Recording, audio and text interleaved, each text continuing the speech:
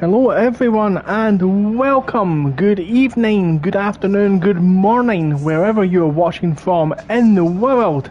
My name is Gogs Brown, I will be your commentator for this evening, and we are here live at Oulton Park in England for round 3 of Formula Racing League's Taco Tuesday. We're in season 23, which is crazy to think about, 23 seasons. This is a 9-race calendar, and this race marks the 1/3 mark. We're at one of the most twisty, challenging circuits in Assetto Corsa Competizione on crossplay, that's PlayStation and Xbox this evening. And this is the Tier 1 server with the Pro and Silver drivers who will be competing on track. Hello there, Owen, how are you doing? Yes, but during practice I was meant to be racing this evening. I had a crash at the island hairpin, as you do, into the tyre barrier. That resulted in the force feedback off the wheel going right up my arm and injuring my shoulder, so I've actually hurt myself doing fake racing. Let that one sink in for a moment. However, my wireless keyboard is lying around and I've been able to jump into the commentary booth this evening, but now we are underway for the qualifying session. We have a 15-minute session here this evening. All the cars will be out on track at the same time, both Pro and Silver together. You cannot tell the classes apart on the grid, which is part of the challenge. Everyone is fair game for racing, and there is an overall Tier 1 championship to run alongside Pro and Silver. Big names to look out for this evening you expect to see at the top of the field. We can likely see, who have we got on the grid today? Jeffrey Godefroy is always up at the top end. Di Russo making his debut for Formula Racing League at one of the most challenging circuits in the 606 BMW.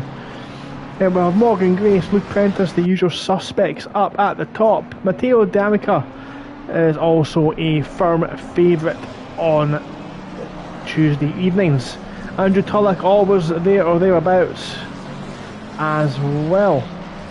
Dimitar Ivanov, one of the reserves in Formula Racing League's Taco Tuesday, but do not expect to see them in the back of the grid. They'll be up the top end as well. Andrea Marcella coming into the Taco Tuesday Championship. Marcella was the highest rated driver in Formula Racing League. He is the favourite. Expect him to be fighting at the top end. Other drivers we're not seen in a while. Ian McGowan, who we're currently watching just now in that McLaren, needs to be careful. Cars coming out of the pits. Adam Sharp there in the Lamborghini just getting out of the way, and no more qualifying is going to be a test this evening for traffic for sure. We have 37 drivers on the field tonight, because the person currently sitting P3 is myself, currently unable to race, and that will be going no further to this evening. In the silver category, it is tight at the top. Expect to see Tufan Sari, Alexander Fuchs. Who else have we got? Reinhard Serpentine, Richard Gearman, Matt Dunn, all expected to be fighting at the top end for the silver honours. Of course, they'll all be fighting each other this evening as well. As you can see, the traffic in the background there really becoming a bit of a problem, and now on the way coming up to the last couple of corners, it is going to be tight. There's cars queuing. They'll need to be very careful. There's a yellow flag sitting out there, car number 65. That is Tulloch. He has got some traffic on the way into the first turn, and they've blocked him, and that's potentially going to be an issue. Here comes the McLaren off McGowan around there as well. He's got a green Porsche, the Grello Porsche, just in front of him as he comes across the line. He'll set the first time off this evening.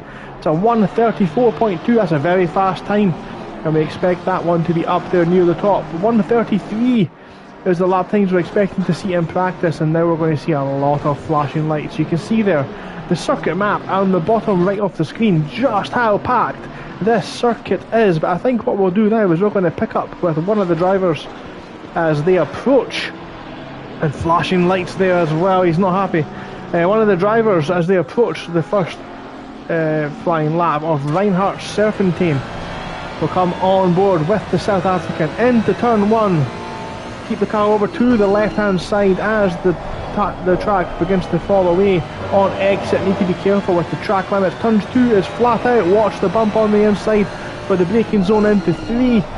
Turn it nice and early, patient on the throttle. You can use a lot of the AstroTurf on the exit. Serpentine elects not to do that. Short burst off the throttle now onto this lightning fast, scarily fast left-hander. Serpentine keeps it over to the left-hand side for the entrance to 5, the island hairpin. One of the most treacherous corners on the circuit. The banking, however, does help him get a great launch out of the corner. Now Serpentine into the next chicane. Pick your braking point carefully. He doesn't elect to take the curb on the way in, and a little bit of oversteer as he comes round the corner. Now another short straight into the second of the 2 chicanes. Pick your braking point roughly in line with the Stuart Hut on the left, and a quick right left. Don't go all the way over to the right, it's a trap. Keep yourself over back to the racing line and watch the curbs on the exit. Now we've got a short straight over now to Druids. Again, one of the most treacherous corners. There'll be a lot of cars this evening in the 505 Games. Barrier in the corner talking to the JCB driver there. Under the Oulton Park, Palmer Motorsport gantry, and slam on the brakes for the final corner. Very hard to pick a braking point, and then the track falls away on exit there as well. Generates errors, of course, and Marcella just takes P1 for a 33.0. Serpentine goes P20 with that lap from the South African.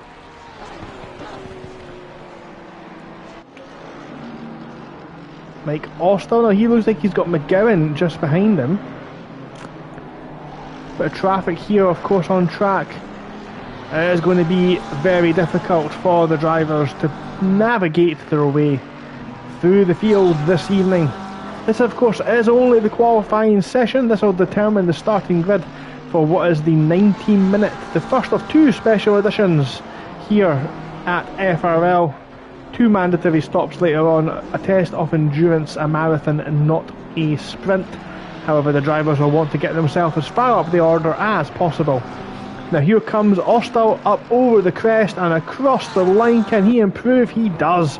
Up into P12. We've got yellow flags out at the island. Car number 66, can't quite see who that was, and car number 14 as well. That was Morgan Grace. A brave man in the Audi.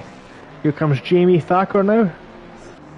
Round over the crest as well. What can the silver driver do? Can he improve? He does. He goes up to P18. The track's getting faster. We pull up to the back of Jack Prentice. Now he's got Reinhardt Serpentine just in front of him, the Mercedes driver. Using all of the track on exit. Careful not to clip that barrier on the inside. He takes the closest possible run to the line. And Prentice does improve. It's not enough to move up a position, and he's pulled over to the inside. He'll jump back into the pit lane for another set of tyres and get himself going. Linton Bell in silver class goes P5 with a cracking lap there. Andrea Marcella has found himself into the 1 minute 32 seconds. That's absolutely incredible from the Italian. We said he was one of the favourites to win this evening. He's certainly got the 1 lap pace. Will he be able to turn that into a race win? As you see now, the car's beginning to jump over that inside curb as they look. Oh, a bit close there as the Ferrari tries to let the Porsche driver pass. We'll just jump on board with this, we'll see what he's doing.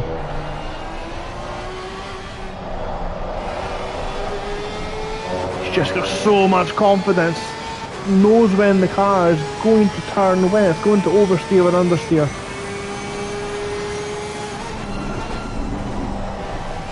Gets it turned in early and uses the throttle to rotate the car on exit a little bit wide.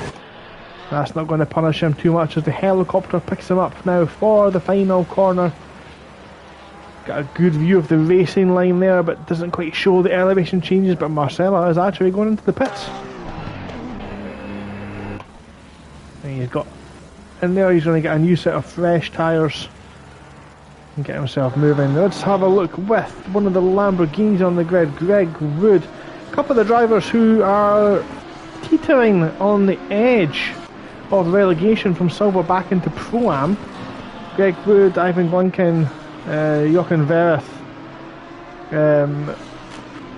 Really looking for a good result this evening, although Greg Wood does seem to race a lot better than he qualifies. This is only, of course, for the starting grid. There's 90 minutes as we see Luke Prentice taking a, let's call it an unconventional line. As Wood goes a little bit too far on the curb, and we see there just how those curbs can bite you on the exit off that second chicane. You really need to be careful on that approach. Now he looks to get some space, needs to be careful because Toyola is behind him. And he is one of the faster drivers on the grid as well. The Lexus will not be a favoured car here. It will struggle a little bit. It's not got the straight line speed sections on this track that the Lexus does need to thrive. But can Ola improve as he crosses the line? He can, up into P6 for the Lexus driver. Cars coming out of the pits. That one looked like he may have invalidated that lap time. That's Linton Bell just jumping out of the way. Who have we not seen on track yet? Andrew Tulloch's not had a good qualifying session so far. He needs to be careful. There's a gold Ferrari coming round there. He's going to let that car go past and found himself a lovely little gap to slot himself into. We'll see if he can improve up from P24.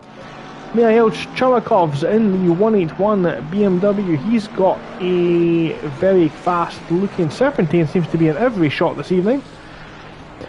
Just tucked in behind him there.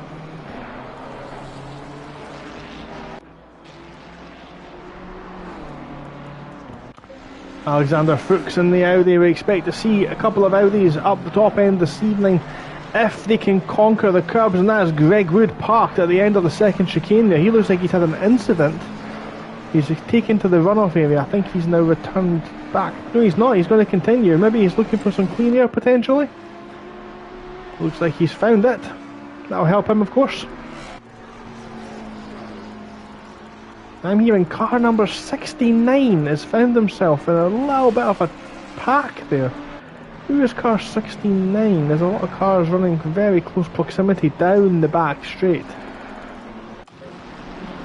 Well, Kossuth in the Mercedes AMG 808 car, and just in front of him, I can't quite make out who that is. We've got a green Ferrari there. Car number 20. I think that might be Wouter Heymans, potentially. Yes, it is. It's Wouter Heymans. He is not running the best just now. A bit of a mixed up grid actually between the Silvers and the Pros. We're not expecting to see a separated grid today, such as the nature of Oulton Park. It does seem to level the playing field quite significantly as we're watching Jazukic, and I'm going to hope I pronounced that one correctly. If I'm not, I apologise profusely. He's in the Mercedes this evening. He looks like he's having a bit of a hard time getting to grips with that as he goes mowing the grass on exit of turn 3. He needs to be careful now on his rejoin, as that's Morgan Grace in the Audi. He gets out in front. That's absolutely fine. And Grace continues on into the island hairpin.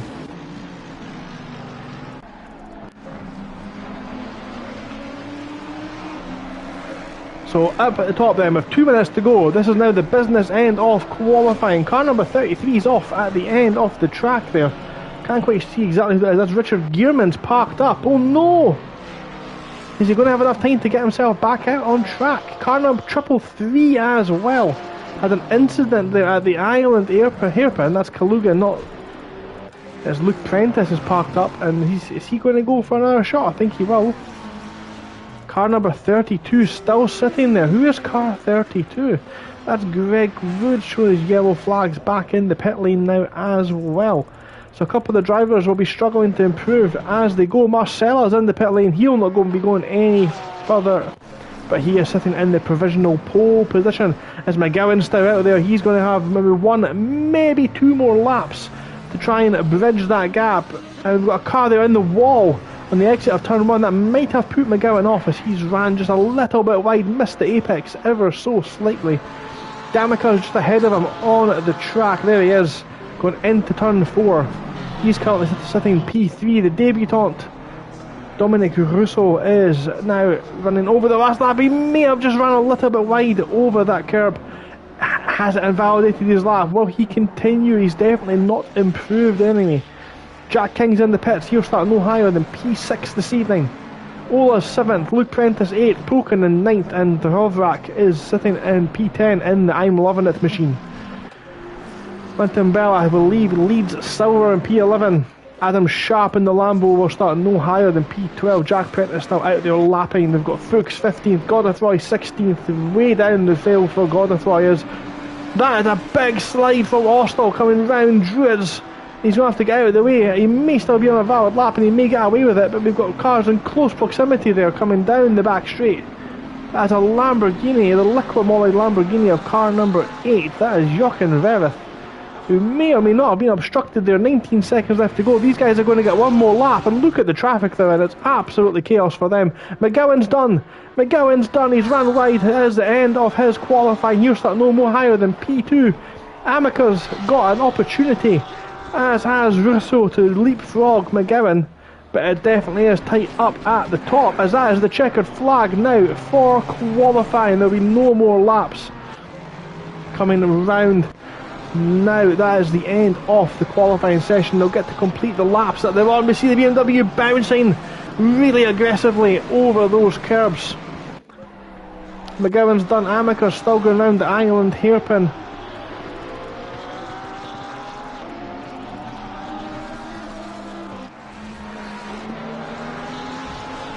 We pick up Wouter Hyman's coming across the line now. Here he is. Can he improve up from P20? He's not able to. Particularly low qualifying there from the South African, from the Dutchman, sorry. There was a resident of South Africa, but here is the South African himself, Reinhard Serpentine. He's jumping into the pits. He's done for qualifying. That's the end of his session. Pulkinen now. Keep your eye on the left of the screen. You'll see the drivers move as they improve. Up to 8th place for Pulkinen. Now Linton Bell leads the silver tier, at least as it stands just now. Can he cement that? He can. Up into P8. What a lap time from Linton Bell. Jamie Thacker now in his Mustang. He dives into the pits too, not able to improve. That's the end of his qualifying. Jochen Verith crosses the line, not able to improve either.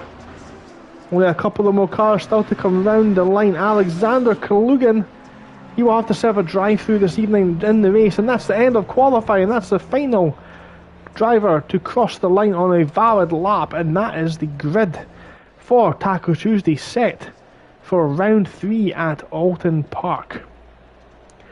So let's quickly run through the grid then. Andrea Marcella with an absolutely blistering lap time, 4/10ths of a second. Every single one of those tenths found in the middle sector with those two really aggressive chicanes. We've seen him attack the curbs over there, hop, skip and a jump. And he was able to capitalise and keep his Porsche pointing in the right direction. I don't think the McLaren has had the ability to jump over the curbs in the same way, and that looks to be the difference between the two drivers. But McGowan is alongside him on the front row. That is, of course, the 1 lap pace, the race pace, very important as well come the race. Russo in 3rd, D'Amica 4th, Kosut in P5, and Jack King with a fantastic return to Taco Tuesday rounds out the 3rd row. Ola and Linton Bell share row 4 with Pulkinen and Brandon Glover sharing the 5th row. Start of row 6 is Prentice and Dovrak, row 7 Sharp and Jack Prentice. In 15th we have Alex Fuchs and Jeffrey Godefroy in 16th. Serpentine is alongside long-time rival Mike Austell, 17th and 18th, and row 10 is Morgan Grace and Wouter Hymans. In 21st, Richard Gearman is alongside another debutant this evening, Alex Beacon. Look at those lap times, look how close they are in the midfield. The identical lap times there between Beak and Sari, with Kalugan in P24. Handley is in 25th, Colpitt's 26th, Thacker 27th, and done at the exact same time as Thacker as well. Andreas Deli 29th, Andrew Tulloch way down the order there in 26th place. The Aston Martin's BOP not favourable this evening. Michel van der Waal 31st, Mihail Chumakov's in 32nd. Jas Kusic in 33rd with Ivanov 34th, not a good lap time from him. Glinken 35th, Verith 36th, and Greg Wood rounds up the back of the grid this evening. But just look how close this is. Ignore the top 10, right? Look at this. We've got 3 minutes to wait. Let's have a look at this ridiculousness. It really is incredible. So look at there from P11. Let's go from P13. P13, 134.0. All the way down to 34th. 20 places separated by 1 second. And if you look here, look at this. This is another 2 times, yeah, Austral Grace, same lap time as well. 33.9, 34.0, 34.1, 34.1, 34.2, 34.2, 34.2, 34.2, 34.3, 34.3, 34.3, 34.3, 34.3, 34.4, 34.4, 34.5, 34.5, 34.5. That's half a second separating about 20 places. It's hyper competitive there at the start of in the midfield pack this evening. Let's have a quick chat about what we're going to expect over the next 90 minutes. We're going to see a 90-minute race, as I suggested. The weather may or may not play a factor this evening. There's about a 50% chance of a rain-affected session tonight. Of course, we only see the weather forecast 30 minutes in advance. So, you know, until we hit that 1 hour mark, we're not going to really have a true understanding of what the weather's going to play out like. So the drivers will have to have weather at the back of their minds. We've got 2 mandatory stops this evening. In each of those stops, the drivers must refuel. However, they are not limited, or they are not held for any minimum set of time in the pits. It seems highly unlikely, but it could be possible. The drivers could pit stop twice, do a splash and dash twice, and then go about their business to minimise their time in the pit lane. They may elect to take tyres on 1 or 2 of their stops, but I do suspect that potentially some damage might play a bigger factor, and potentially weather as well, when the drivers elect to pit. So there's a lot of strategy workings out to be done for the drivers this evening. If they've done their preparation, they will already know this in advance, and they'll have their intended lap pit stops. The only thing that does restrict when they can make those pit stops is there is an 80-minute pit window, so those stops will have to be done after the first 5 minutes of the race and before the final 5 minutes of tonight's race. As we hear Italian Jeff letting us know we've got about 15 seconds remaining before Marcella gets us underway on the formation lap. I'm going to take a short drink break and we'll see how we get going.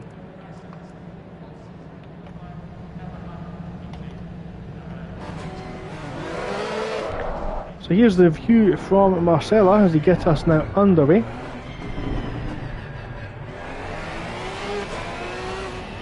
A very short run to the line indeed.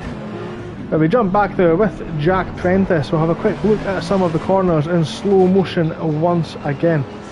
We've got here Old Hall corner, turn 1. The drivers will need to make sure they hit that apex but not run all the way wide, because there was a lot of track limit warnings going to be dished out at the exit of that corner for sure. Selventing will show us the run as he did in qualifying down to turn 2. It's a flat out right hander but a big bump on the right hand side of the track on the braking zone for turn 3. Makes turn 3 very treacherous. That JCB driver in the corner talks to a lot of drivers throughout the race. Turn 3 is this long left hander. You can run out to the runoff area on the far right hand side as Morgan Grace decides to play ghosts with us. Into turn 4 now, we'll have a look with Dovrak. It's a very fast little bit of a lift off late clipping point on the apex, do not run all the way out to the right, because you need to keep it over to the left hand side to get the car slowed down for the island hairpin. This is the hairpin here. It is heavily banked, it is a second gear corner. You kind of want to take a V line there and let your car self drift out all the way to the right hand side, as we'll watch Kopitz do that again in almost slow motion. Yeah, he's got the big heavy front end and engine car, so he'll be drifting doing that line. But on to the first chicane. This is called Britain's chicane. You want to have your braking point just at that marker on the right hand side there, that's light on the right hand side. Hop, skip and a jump over these curbs, don't take too much of them, you will destroy the tyres. And then prepare yourself into the next chicane, which is coming up, which is called Hislops. As you see Culligan weaving to warm his tyres. Again, brake at the marshal hut on the left hand side. Careful, turn in, do not take too much of the inside curb. Those tyres will be gone at some point over this race. And then again at Knickerbrook, make sure you're only clipping that inside curb and the outside curb. We've seen what happened to Wood in qualifying. Dunn's going to show us now what happens on the way into Druid's corner. Over to the left hand side and turn in early, you want to hit that apex. He's obviously having to keep himself to the left as the game instructs, but nice and grippy on the exit. And then lastly into the first final corner, which is called Lodge Corner, as Marcella leads us round, and you can see the camber dropping off on exit, and that causes a lot of oversteer for the drivers. But here we are now as they come over the crest down into the chasm and over the final crest as we wait the green flag for round 3 of Formula Racing League's Taco Tuesday, sim racing at its very best. And we are green, green, green. Car number 66 has found himself with a drive-through penalty for speeding. It's a good start for the BMW of Russo. He's up the inside. And a little bit further back, let's see if we can find out, make sure everyone's got through turn 1 relatively safely. They certainly... Oh no, big crash at the back. I spoke too soon. That's Chumakov's Jakuzic. Lincoln got himself a drive-through, don't know what's happened there. And Wood potentially in the wars as well. But up front, McGowan's got himself ahead. No, he's not. I don't know. Oh, the driver tracker's all over the place. We'll need to see what's going on there. And a potential crash is Kusic.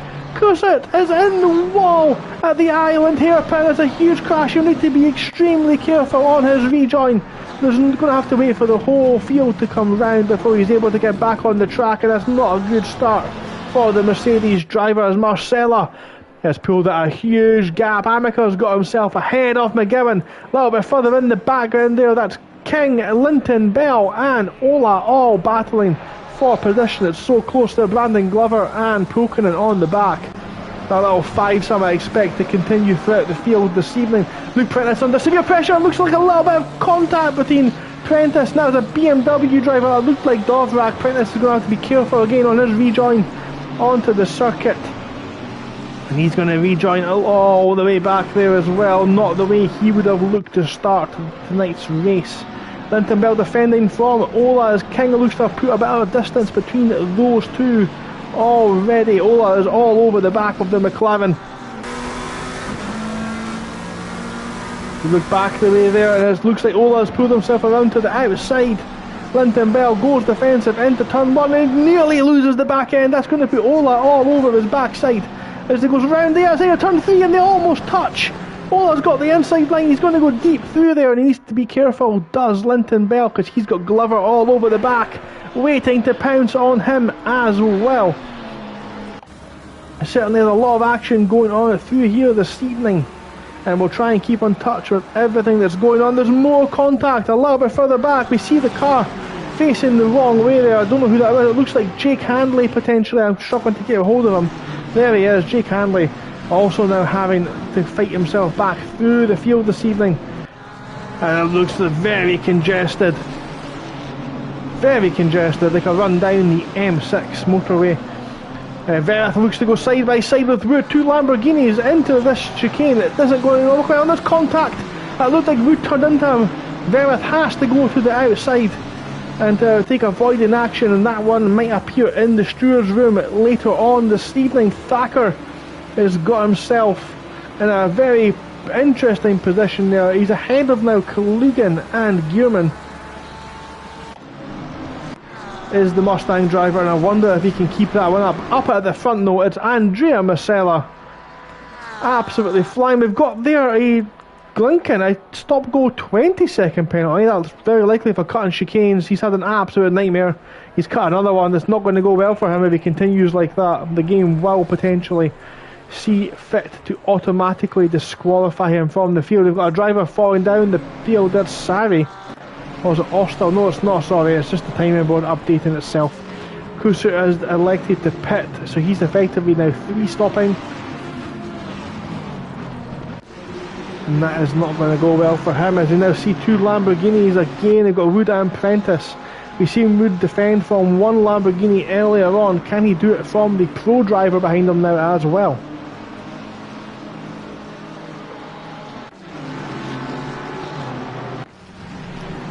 Gets pretty close on the run down to turn 4. But you have to apologise, I took a little bit of a tea break there just to soothe the vocal cords as Wood goes wide into the island hairpin. Prentice looks to get himself alongside. Now this is the same move that Verith tried, and Prentice thinks better of it on this occasion, but he needs to be careful because Deli is right behind him.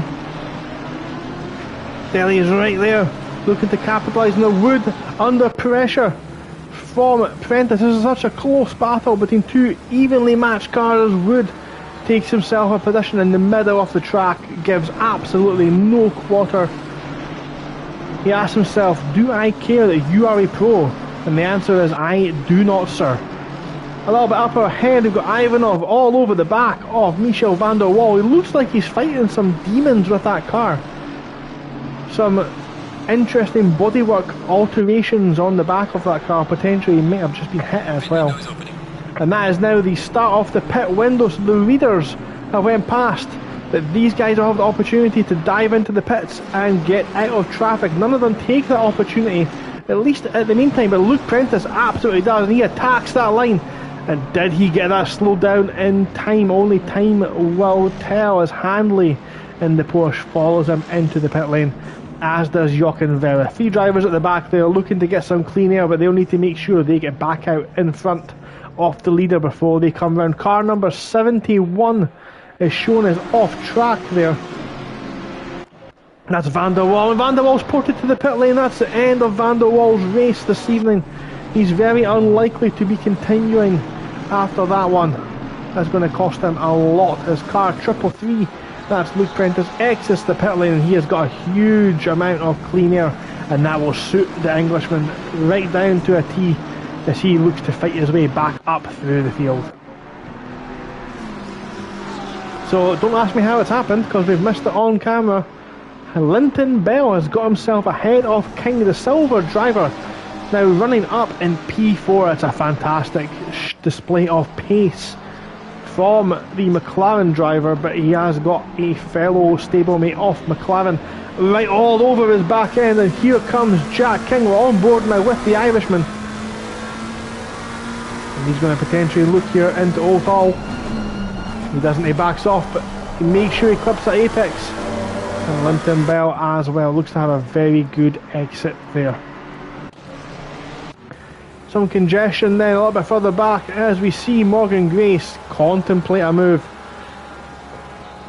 down the inside. It doesn't go for it on Morgan Grace.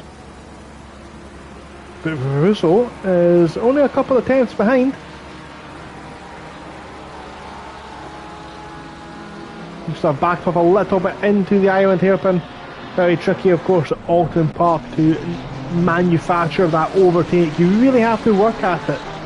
You really have to push yourself into finding opportunity, as Glinken is not having a good day today. He's going to pull over, I think. He's got a lot of damage on that car. The front end flapping about like a car on the movie Cars. Having a good chance. A car off up ahead, a car off at the island hairpin. That looks like a Porsche. That's a Mercedes. Can't quite make sure who that is. It's Jack Kuzet. He's had an absolute nightmare at the island hairpin as the barrier claims another victim. We keep ourselves on with this fight just now. Got a lot of cars here in close succession, and Linton Bell defends King, defends Pilkinen, defends Glover, defends Adam Sharp, which is a fantastic opening first few laps to round 3 here at Taco Tuesday Formula Racing League, sim racing at its very best. We'll keep ourselves on with this pack just now as I give you a quick brief as to Formula Racing League in general. There's 3 championships running consecutively as Linton Bell. I knew that was going to happen. I started doing a little plug, and Linton Bell has an absolute nightmare. Needs to be careful on his rejoin. Nearly clips Jack Prentice, who has the awareness to move his line and just avoid the out of control Linton Bell. And luckily, no long-lasting damage to anyone there. But however, Linton Bell has now dropped all the way down the field, and he is having, well, you know what, he's got 80 minutes to find that himself back up there again. But that also looks like it unleashed Ola away out in front there. So what's happened to King? Ola's got a huge gap from King now, and the King, Pilkinen, Glover, Sharp, Jack Prentice, Fuchs, it really is all kicking off in the back there. Dovrak as well, who we seem to have that little nudge with Luke Prentice. We'll see how that one evens out later on. And Beak, and I think that is Serpentine, close together on track as well through Druids.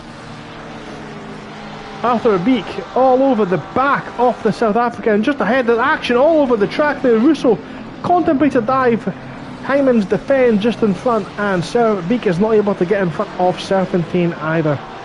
As we see Godfrey running a little bit wide in front of the Grello Porsche Savvy, and that's Mike Austell dives into the pit lane as he takes the first of his 2 stops as well. Car already sitting there waiting for him as well, so that'll be Austell clearing one of his 2 stops this evening. There's 3 at the front. I'm going to try again now. Formula Racing League runs 3 championships on console crossplay for PS5 and Xbox Series S and X. We have Taco Tuesday this evening. We have the multi-class Thursday race happening this Thursday at the same track here at Oulton Park, and then we come back for Super Sprint Sunday with the infamous reverse grid race 2, which I'm sure is going to be fantastic to watch. So if you are kicking about, do come back and give us a watch on Thursday and Sunday evening as well. Oh, Morgan Grace at the back there. He's had a spin. Grace now facing the wrong way as the Audi does Audi things and does some dancing on the exit of track.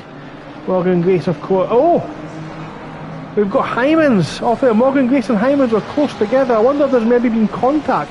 Hymans moves out of the way. What's happening with Hymans there? Oh, you need to be careful. You do get penalties for doing that. You need to be very cautious on your rejoin. And he rejoins alongside the BMW driver and he bounces over the curb. It's not the best way to rejoin there, but he does indeed rejoin. That makes me think there was potentially some contact between Hymans and Grace, as Hymans does sport a very interesting looking update to the rear wing there as it's sitting at a 20-degree angle separate to the car. He'll be struggling to get that one back. As we look in the background there, that's Greg Wood and Daly having a good old ding-dong into the final corner. And Greg Wood, as we said, qualified at the back, 37th, but he's now up to 24th, and that goes to show exactly what I said at the end of qualifying. Wood always seems to have a better race than he qualifies. He's just got a very good racecraft, race awareness, but Daly now got the inside into turn 3. Wood may have to concede this one, but he keeps himself on the inside. He goes deep, and Daly has to get hard on the brakes as Kusut joins the back of this battle. We've seen him earlier on from his massive incident. Is he a lap down, maybe trying to unlap himself? He is allowed to do that. We'll see if these guys give him the opportunity to unlap himself. He's now got a lap to clear that blue flag as per Formula Racing League rules. I'm sure at some point this evening I will get my opportunity to continue my offer of extending places on the grid to the people watching this fantastic stream. We do have a lot of places available in Tier 2, which is not currently being broadcast but is running consecutively in the background. Some spaces there for the sort of maybe the less competitive, the newer drivers to sim racing, guys are just getting into the business. And you do have the opportunity to learn and hone your craft in Taco Tuesday Tier 2 as well.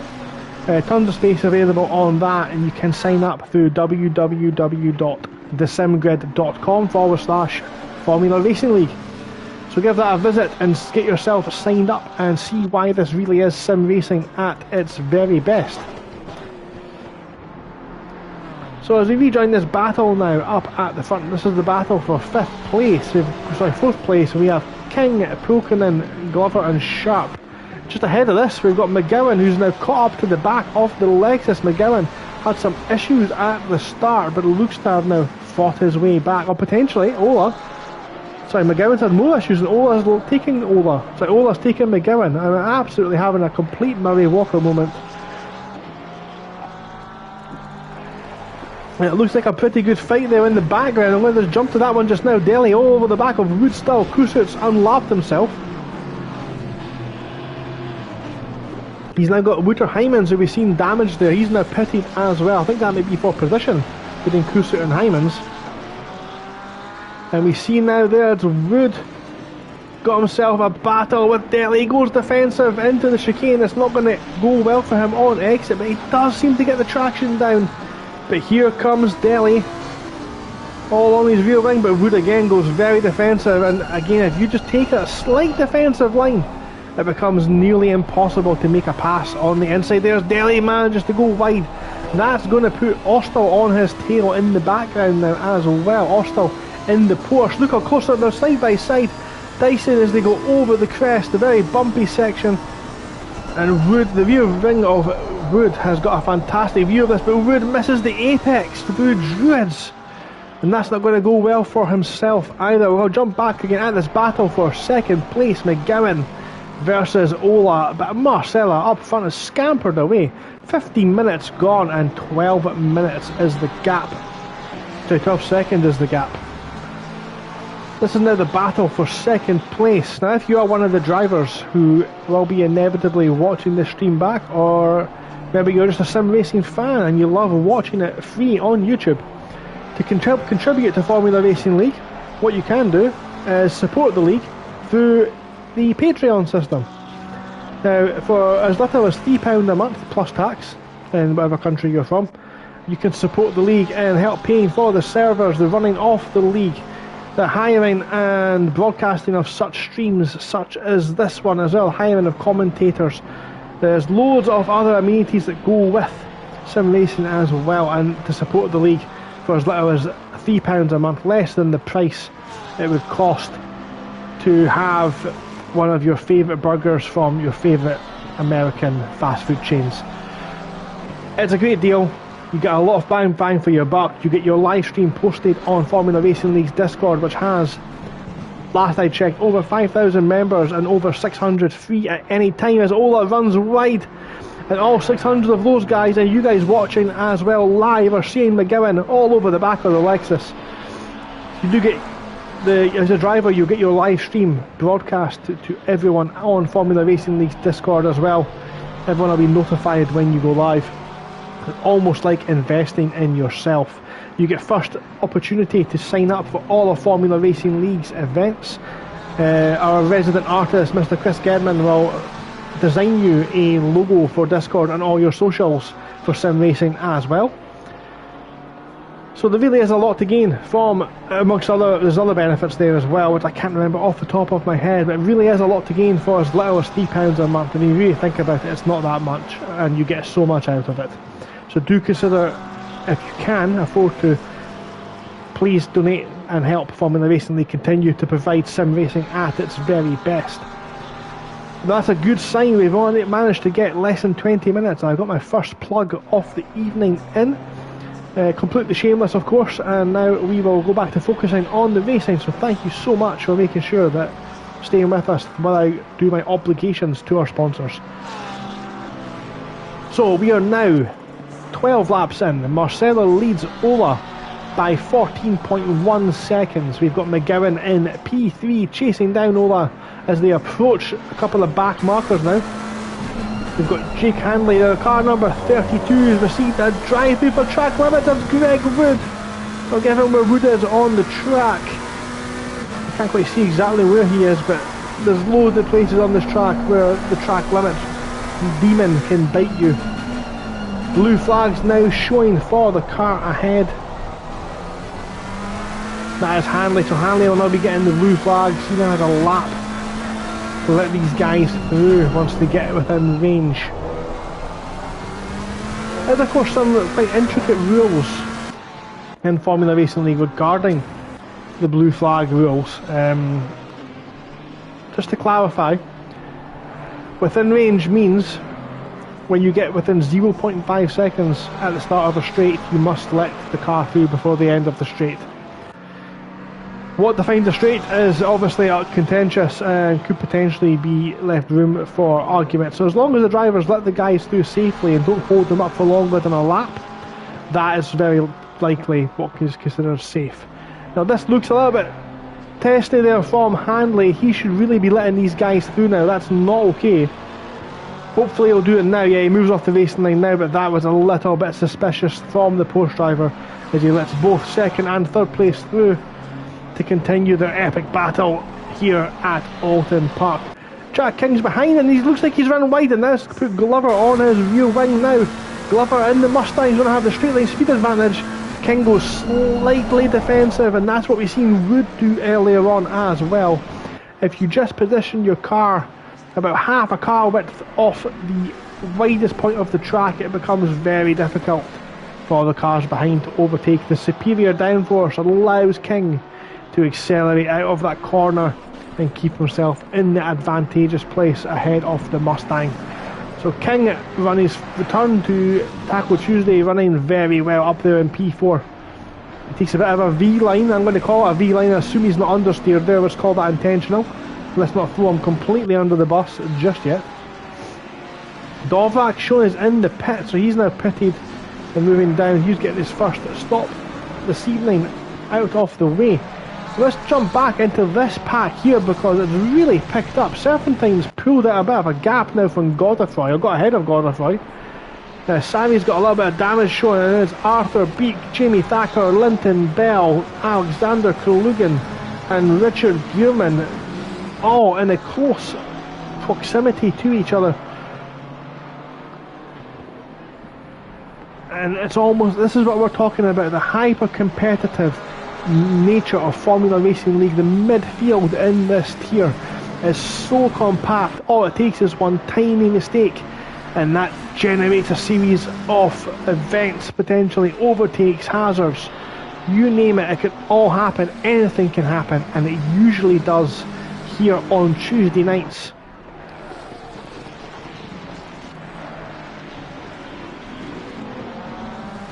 The Beak looks like he is struggling with that car. It really is all over the place. There's Tufan Sari in the 54 Gorilla Porsche dives into the pits. We've got a yellow flag at the back of the track there. That's car number 151. That's D'Amica. 4 laps down in the wall and left the server, so he is done for this evening. D'Amica will take no further part in this race. Disappointing to see, of course, but Sari wasn't amongst this group, potentially just looking for some clean air. I am surprised more drivers don't try and take that opportunity for the clean air, especially on this track. You cost yourself maybe 2 to 3 seconds trying to lap through traffic or even in the congestion.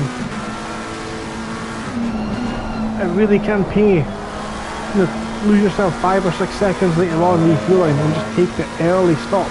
You'll gain that back up in 2 or 3 laps with clean air. It is of course a small track, hard to get yourself that clean air. But now we've got the leaders, the second and third place on the back of this BMW. That looks like Lee Kopitz. He's been moved over to the inside. Is he aware there's 2 cars? He is, and lets them both past. Good driving. There's Ola's Lexus looks all over the place. There's a Lamborghini I didn't even see there. That's Jochen Vereth. Gets out of the way on the exit down to turn 2 and 3.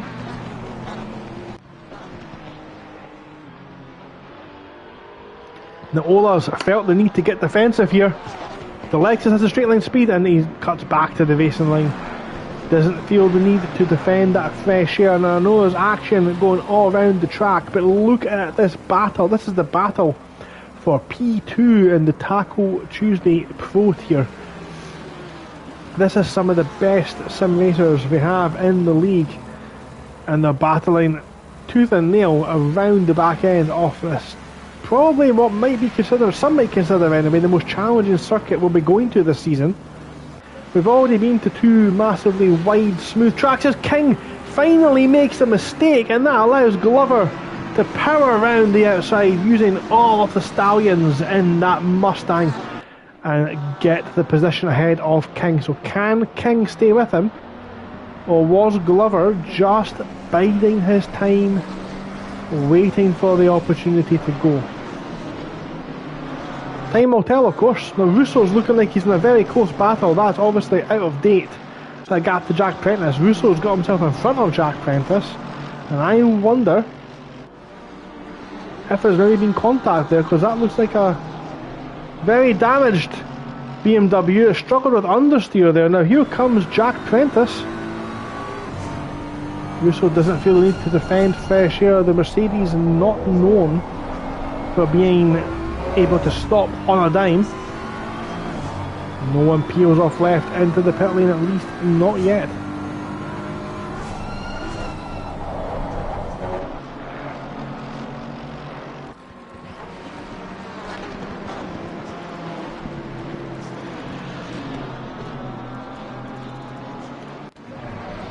Here's one for position a little bit further down the field, but you'll see there's clean battling throughout. Here is Handley and Kopitz.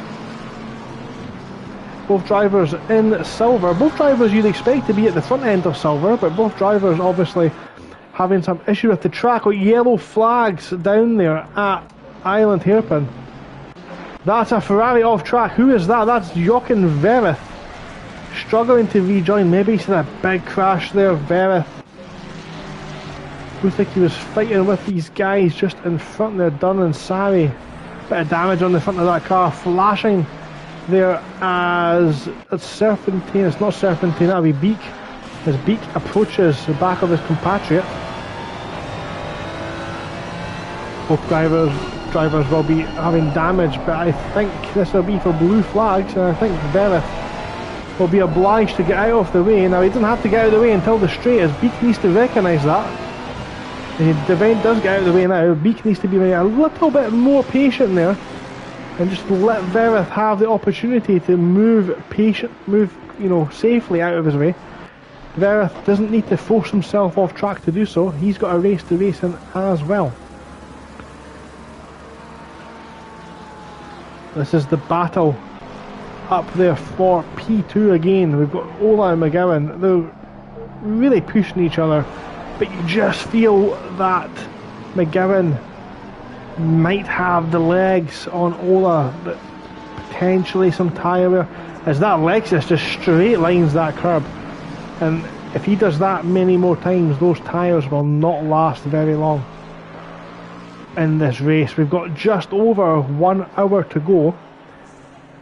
None of the top 20 have dived into the pits yet, so we've got two. They all have time to make that pit stop, and I do suspect the most popular strategy will be to go as long as possible, make sure there's no rain going to be impacting the race. The sun looks to have came out a little bit brighter now. Shadows now beginning to show. So temperatures may be getting a little bit warmer. There's no wind here today.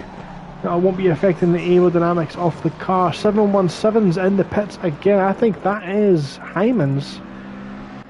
He's 5 laps down, he's struggling. Handley and Kopitz still having a good old fashioned fight there. Linton Bell is off track. What's happened? Is there someone else? It looks like there's someone else off track. Potentially Tulloch. Kaluga, and someone else has been off just ahead of these guys. Linton Bell. Oh, it was going so well for him. He was all the way up there at the top 5, and now he's back down into P19. It's not gone well for him, at least not just now.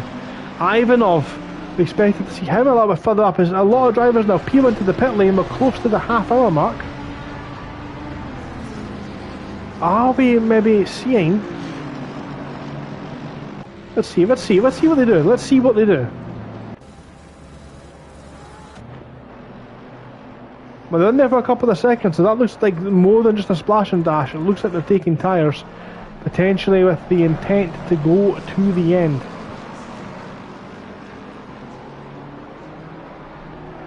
So if you've managed to stay with us for the first half hour this evening, it's been a pleasure having you with us. We'll have a quick rundown of the order.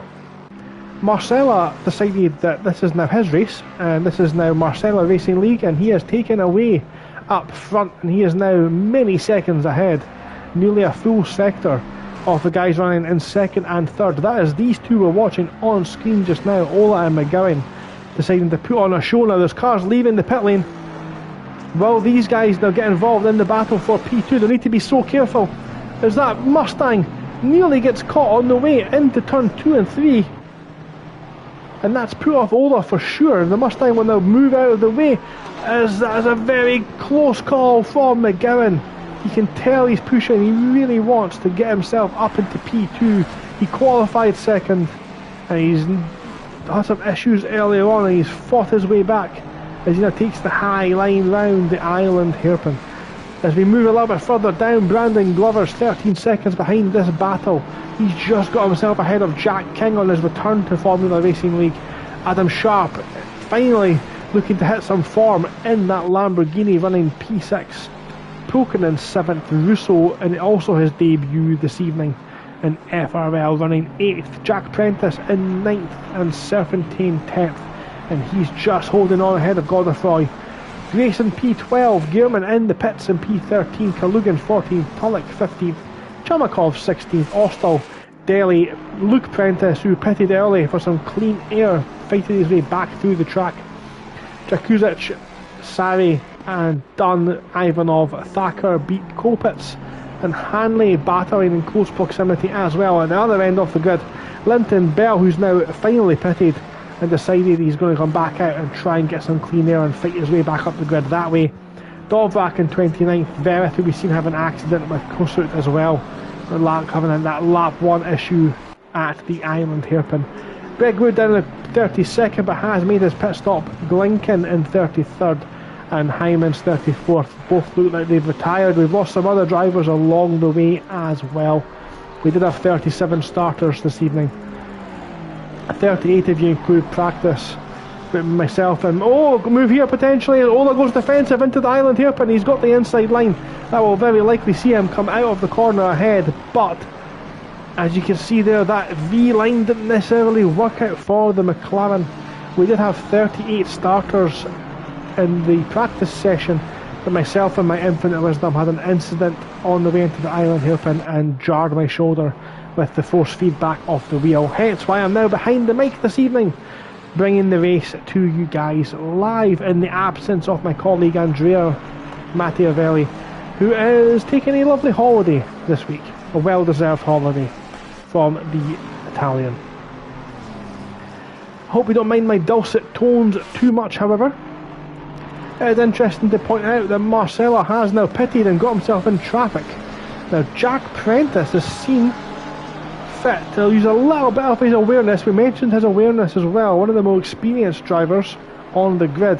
He's just let the de facto leader go to make sure he's lost minimal time. Now Marcella needs to be careful he doesn't jump over that curb too often, as that will damage his tyres. He's got a comfortable lead, but not that comfortable that he can afford to pit for a new set of tyres when he doesn't have to. He does have the pace though, and now he's got a bit of clean air, so he's going to pull out 3 or 4 seconds.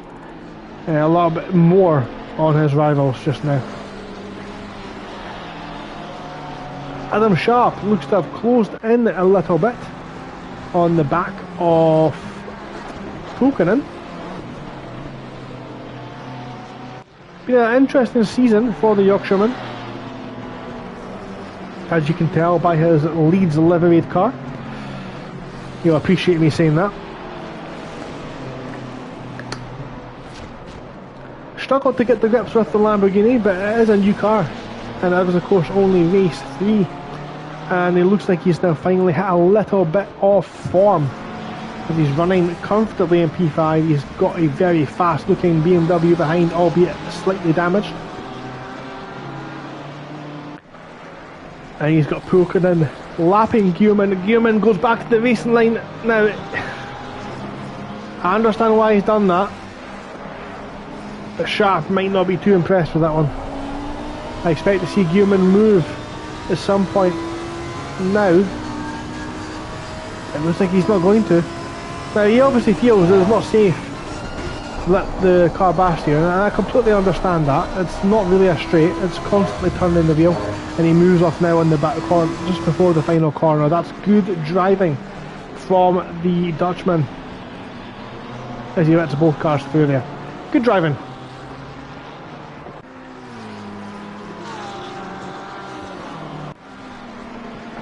So, thank you very much for watching us, guys. If you are interested in taking part potentially in FRL races, there are some spots available in the Tier 2 Championship. You can sign up as a reserve for this championship as well, but we can't guarantee your position every week. Unfortunately, there is, of course, it is so popular to take part in this event. But you can do so and browse the rest of FRL's races that you can take part in. As we've got a car up ahead that looked like Linton Bell off track at the hairpin. He's coming out to be lapped now by Jack King. He was fighting with Hanley, but Hanley's still on the back of Colpitts. So yeah, if you are looking to take part in any of FRL's races, you can visit SimGrid, and all of Formula Racing League's races are posted there. There is this of course on console crossplay, this PS5 and Xbox Series S and X. We do host races on PC as well, on ACC. We've got LMU going, WRC, R Factor 2, a lot of hardcore sims there as well, with the occasional Rensport event thrown in as well. So of course you can also visit the Discord. If you are interested, do send us a message and we'll do our best to get back to you. You can also follow us on our socials at FRL Race Hub on Instagram as well, and you can catch all the updates for Formula Racing League there. Send us a DM and we'll give you all what you need to do to sign up if you are interested. Sim racing at its very best is the mantra, and I think that's what we're seeing just now as well. It looks like McGowan. What's happened to McGowan?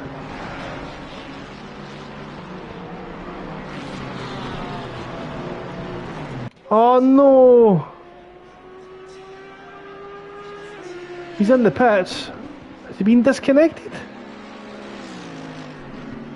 Oh, that's absolutely heartbreaking. He was running so well up at front, but he's now in the pits, and that's potentially it for him this evening. Ola will take the lead just now. Marcella's still the de facto leader as he tries to navigate the pack to get himself back out in front after pitting. This is of course where the action can happen and where it can all go wrong for the feisty Italian. Glover's all over the back of this lapped car. Needs to be very careful going past. Now Handley, we've already seen him holding cars up, and Glover just needs to be a bit more patient and wait till Handley's on the street. You can't go stuck it up the inside. You cannot do that. Oh, there's a car off there as well. We've missed that one on track. That's Greg Wood. Now Glover, Handley does need to let Glover past. He's holding him up now. I understand why he didn't let him past on the run up to there, but now he really needs to let him go, and he has done.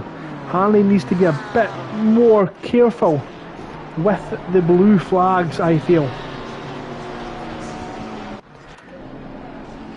Controversy potentially going there. Now we join the back of this battle. This is on the lower end of the top 10. We've got Jeffrey Godefroy here all over the back of Reinhard Serpentine, and they've got Jack Prentice just ahead. We see, that's what I like about this track. At every camera angle you can see other parts of the track, and it's a real sense of almost festival. We've got dust being kicked up there. I wonder if that's from Jack Prentice or Reinhard Serpentine. The doctor in the 215 Ferrari still holding on strong from Jeff there.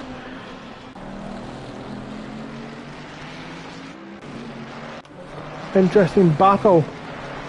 A little bit further down the field, we've got Jack King leads Pulkkinen, leads Sharp, leads, I think that's Linton Bell, just ahead of Marcella as he gets out of the way now.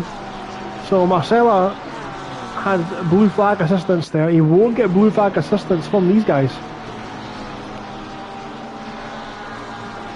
And I think if these guys want an opportunity to win, they have to contemplate holding up Marcella as best they can. Otherwise Marcella's going to run away with this one. The sun looks to have came out a lot more. I don't think, dare I say, I don't think we're going to get rain. We've got a car showing yellow flag in the pits. Now that's a glitch. That is not a real yellow flag condition. Colpitts and Hanley, I can see why these two did not want to yield, because they're in such a close battle. You've got to be careful as the leaders come through, as they're now coming through as well.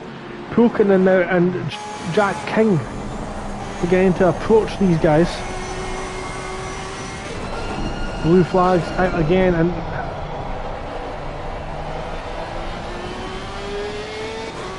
I get it.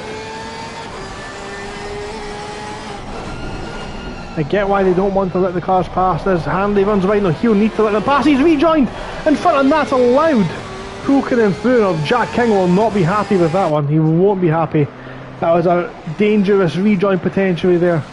And Sharp, it looks like he's lost out as well. He's let Marcella go, and that's allowed these guys through. And now Hanley's got to defend from Linton Bell, who's not having the best time around this track, has to be said. Serpentina in the pits for his first pit stop this evening.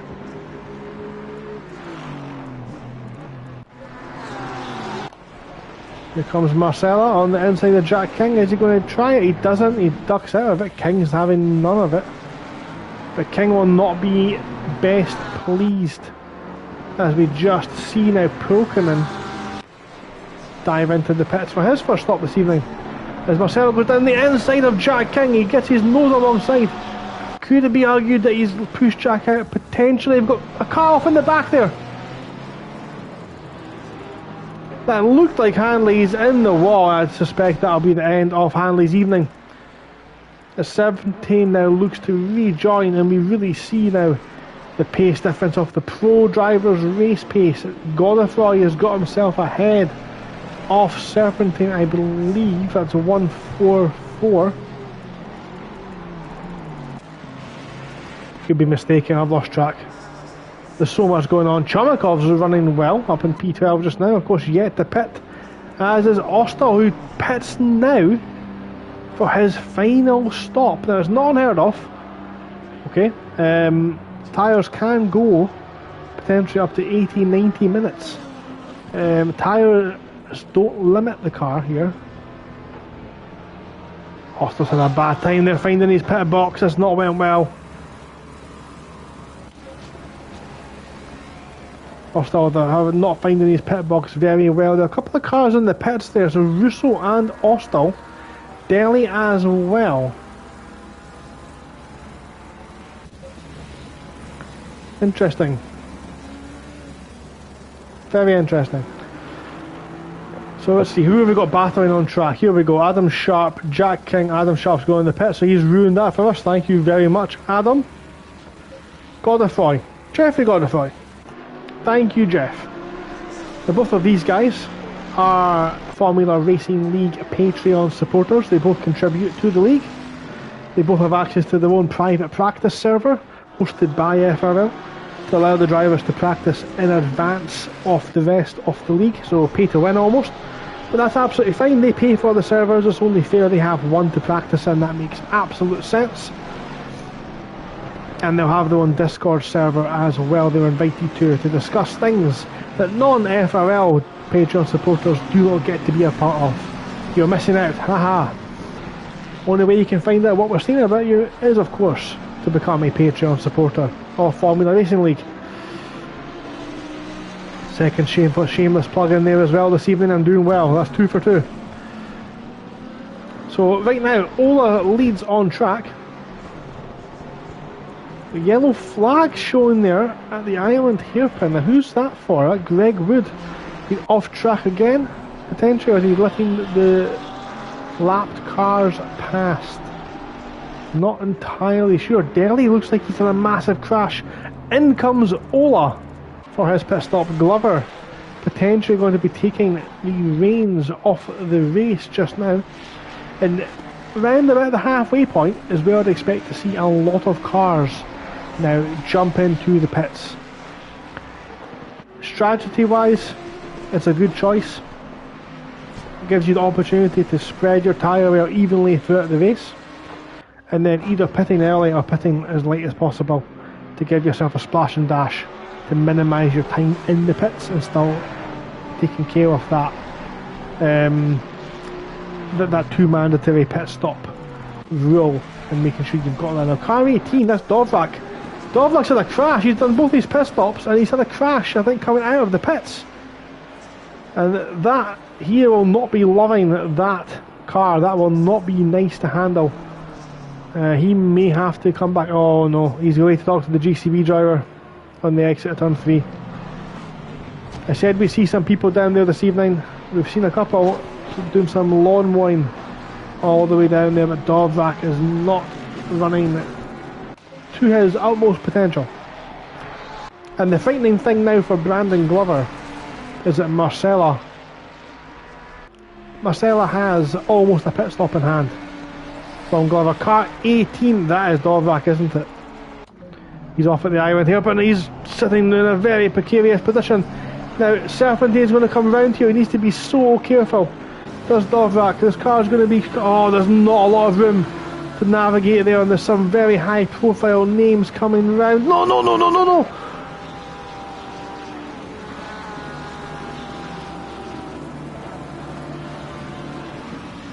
Davey me, Dominic Dovrak. Oh, he's in trouble, isn't he? He's going to have to go back to the pits. He's going to have to port. His steering's broken. Yeah, he's done. And unfortunately, it looks like car 69, Arthur Beak, has got himself a drive-through the track limits, potentially. Looks like there's very track limits on the exit of turn 3.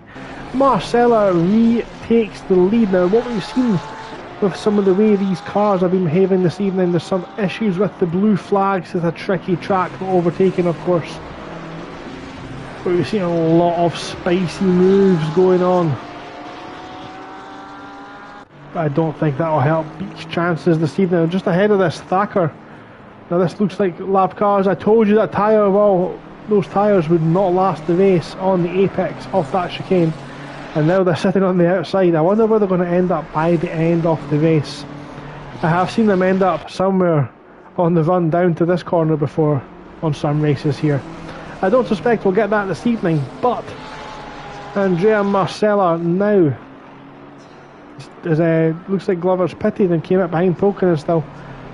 We've got here, need to be very careful. This is Thacker defending from a lapped car. Now he's not defending, obviously. He's just waiting for the car to come and overtake him. But he needs to watch because he is very close. And when you have a car looking to lap you that close, you can suspect that they might want to consider a dive. As Beak clears his drive-through, and he rejoins just in front of Mike Austell in P20. In between E-Splits, Gearman and Austell.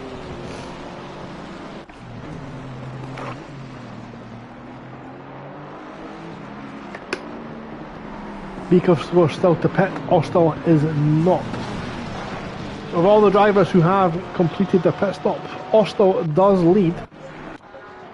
What's happened there? Serpentine's had an issue, it looks like. He's all the way back there. What's happened to Serpentine?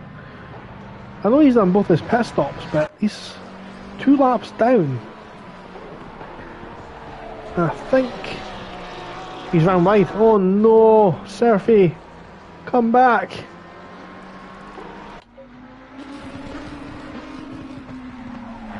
Wondering how Kalugin's shown still in P3. He's not pitted yet, that's why. I thought he had an absolute blinder or cut a massive corner, but he is yet to pit. This is now the very hard part for me. It's very difficult as I need to try and decipher what everyone's doing on strategy, and it's so hard to do. Glover's done both his pit stops back to back. That's a risky move. He rejoins in front of these two fighting. Now, these two are fighting. That's Ivanov and Godefroy. That's for position. Now, Glover's taking a risk here. It might rain. It's unlikely to rain, let's be honest. We've got 12 minutes to go before we know that. But if he has any incidents now, any problems with his tyres, punctures potentially, he does not have another mandatory stop to complete. I understand what he's done, but if you take the curb like that on the way into that chicane every lap, those tyres are not going to last those 40 minutes. So this is on board with the Aston Martin of Ivanov. It's those tyres that... Wish we had a safety car. We could just move those tyres back, that'd be quite cool. Bunch the field up together. We're not obviously going to get that. This is GT racing on a Assetto Corsa Competizione, and that tyre barrier will just bounce off into the distance. We don't need to worry too much about that. But these guys are fighting very hard.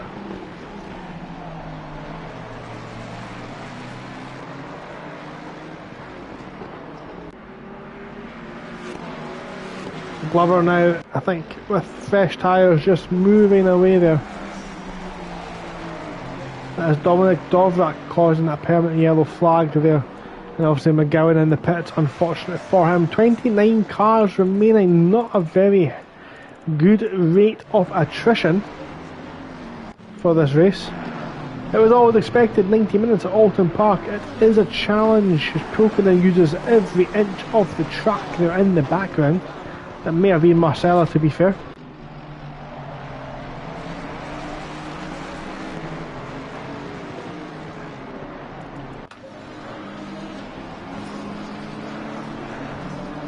The Grello Porsche looks like it's having a bit of some connection issues. That red bar looks to have calmed down a bit, so he's not stabilised. Good for him.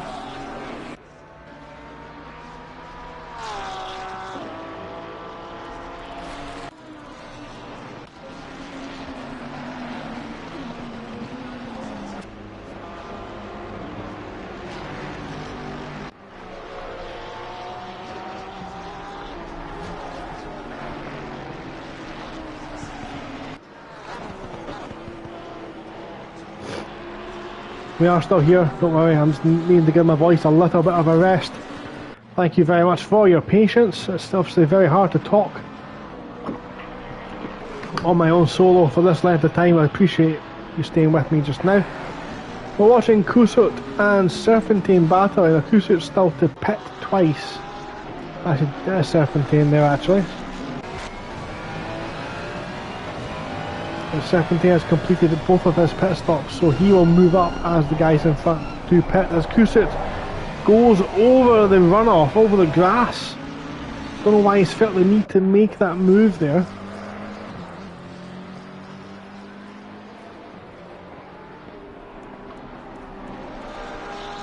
See how he continues just now. Realistically, we have 27 runners left. That's 10 drivers retired. 10 drivers struggled to keep up with the challenge of Oulton Park.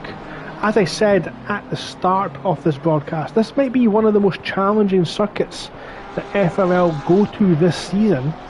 We've been to Barcelona and Silverstone for rounds 1 and 2. Very hot conditions as the heat wave over Europe scorched the tarmac, but the tracks were nice and wide, nice and flat, plenty of runoff, and that is the Ferrari of Glinken losing the back end on the way into Druids. It's not gone well. He needs to be careful with that rejoin now. He's got the leader coming through of Marcella. I think Marcella is going to catch it at just the right time. It's just amazing how luck seems to behold the top drivers all the time. And I'm not saying he's lucky and that's why he's winning, but it just seems to fall into their hands so nicely. Let's jump on board now. Let's watch a lap from the leader. Let's watch the current championship, de facto championship leader and fastest lap holder here at this race.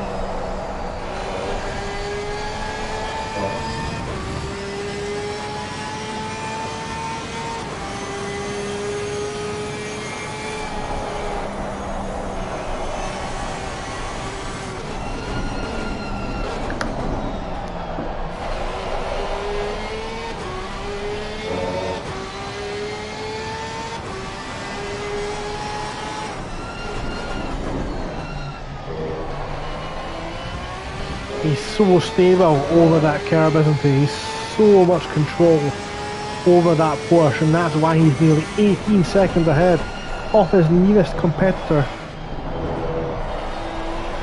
Again, through the second chicane, look, he's just so confident that the car's going to stick to those curbs. And the fact he's coming up to the lap Ivanov is frightening, just how fast he's been driving this evening.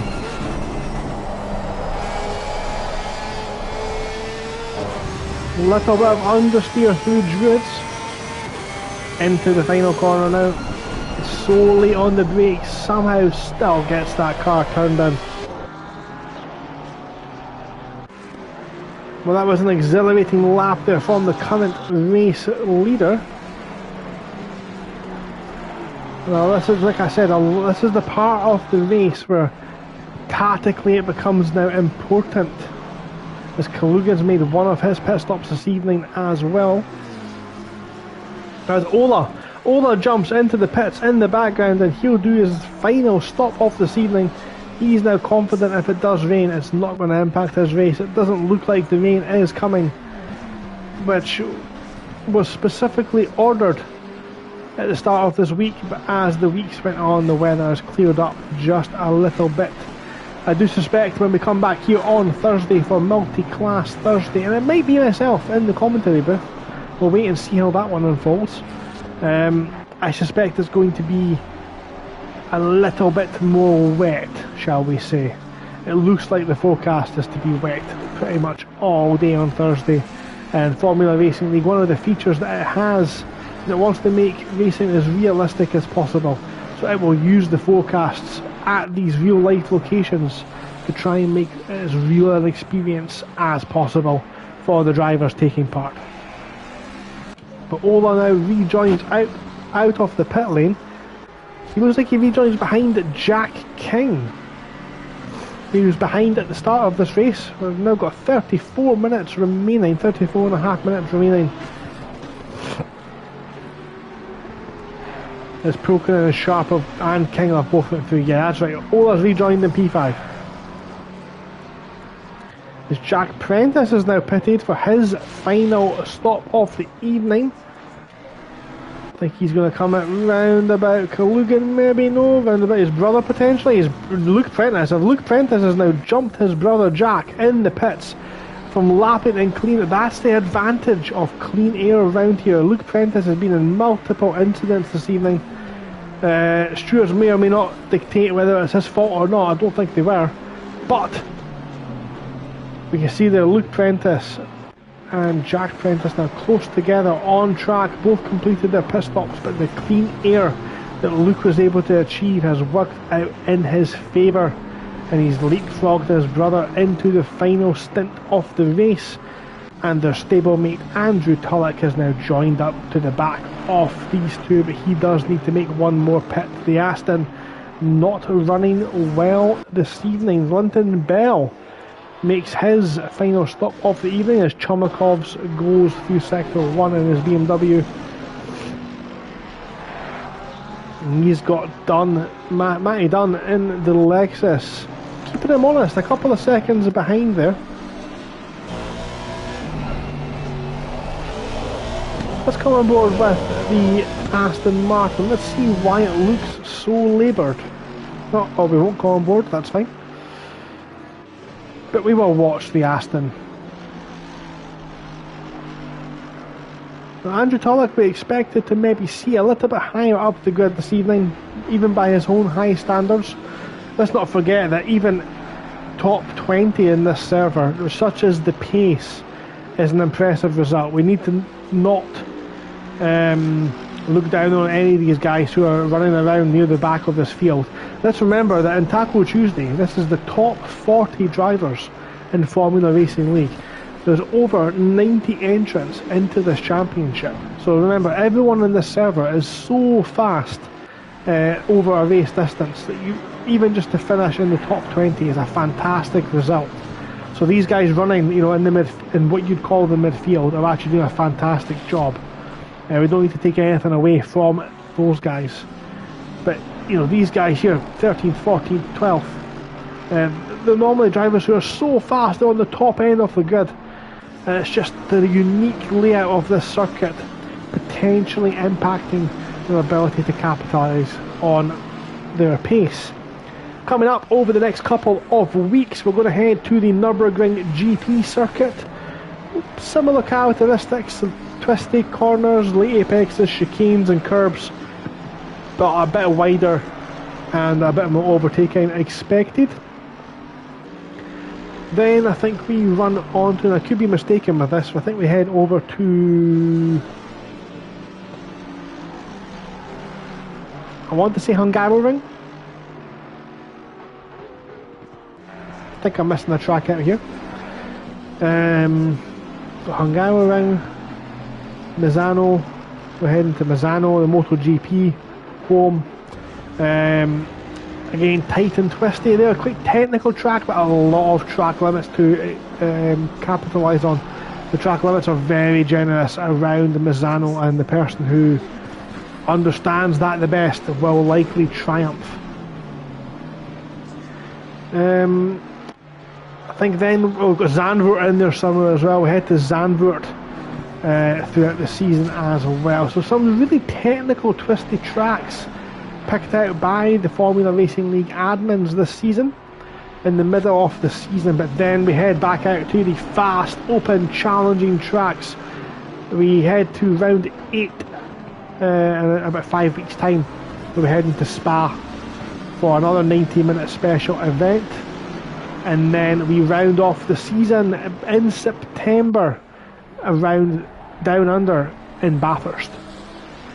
And that will be a extensive challenge for the drivers as Jack Prentice back end gets a little bit squirmy there, but it looks like he's now pulling off away from Tulloch. Looking back at this battle then, this is Tufan Sari and Morgan Grace, and they've caught the back of Mike Austell. All three of these guys completed all of their pit stops.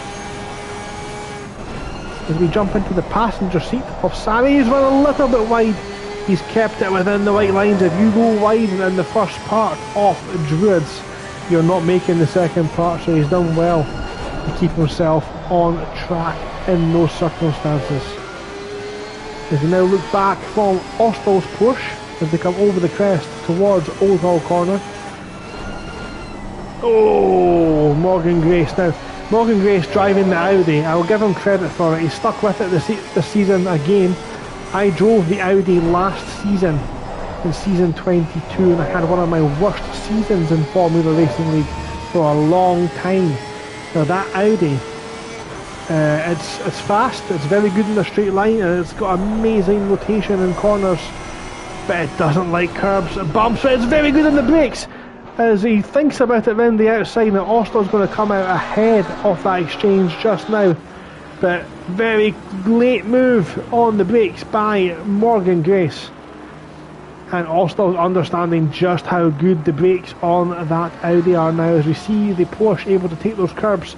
But the acceleration of the Audi as Austell goes very defensive. He squeezes Grace to the outside as Grace smashes those curbs.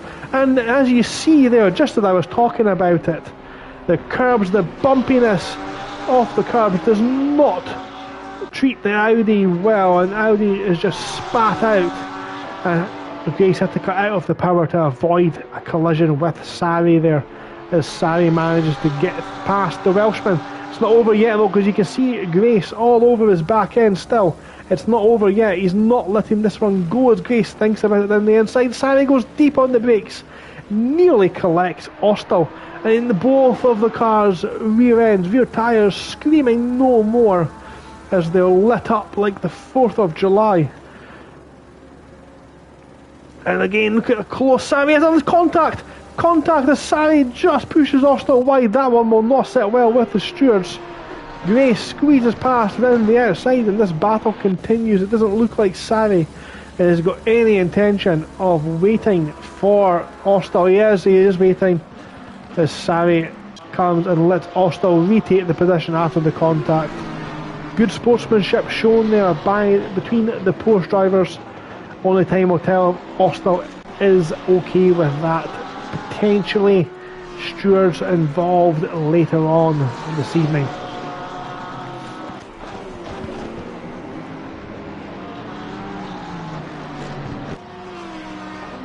Sari looks to be having a lot of trouble now with that Porsche. It's not going well for him. Grace 10 seconds behind Tulloch. I don't... yeah, Grace maybe on for a top 10 this evening. Kalugan still has that drive-through to sit in. I wonder if he's going to actually go for that or not.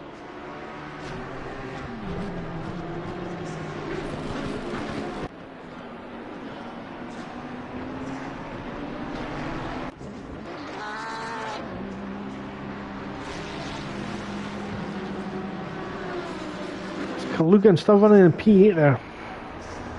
You've got Glinken ahead of him, who's not had an easy battle this evening. This track, as I said, is one of the most tricky tracks on the calendar.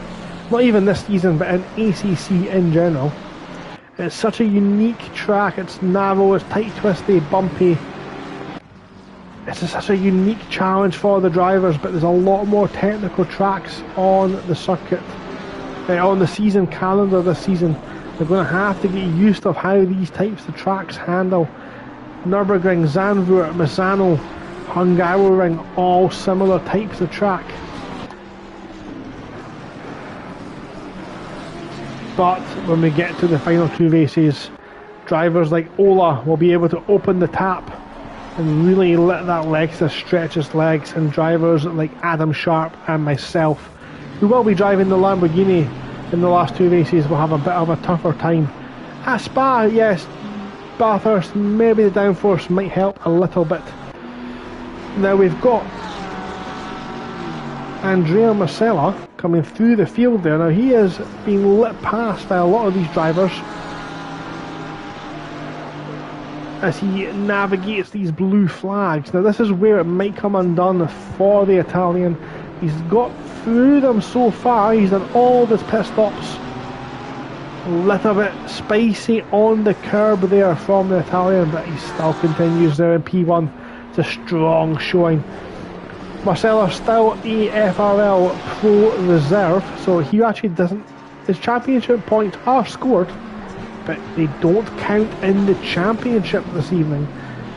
However, if a space does open up for him, he will have all of his points reinstated, so this is technically still a championship push for the Italian, and he won't want to make any mistakes as he goes here. Luke Prentice goes very wide just behind these two, and the Porsche's ginormous rear wing obscures the view of the battle that we really want to see. As that I cannot believe how much that Porsche just flies over that curb. If you are racing in multi-class Thursday or Super Sprint Sunday, oh, there's Glinken nearly causes contact. There's two contact with the Prentice brothers behind, and now we've got Glinken with the blue flags just in front. Now again, we've seen drivers not concede to blue flags up over this crest. Glinken does feel that he has the experience and ability to let these two have it out on track in front of him without holding them up any further. Interesting battle situation you've got going here. The Lamborghini will have strength on the brakes and in rotation off the corners. The Mercedes will have stability, straight line speed and comfort using the curbs. As in the background there, Andrew Tulloch takes his final stop, the Scotsman.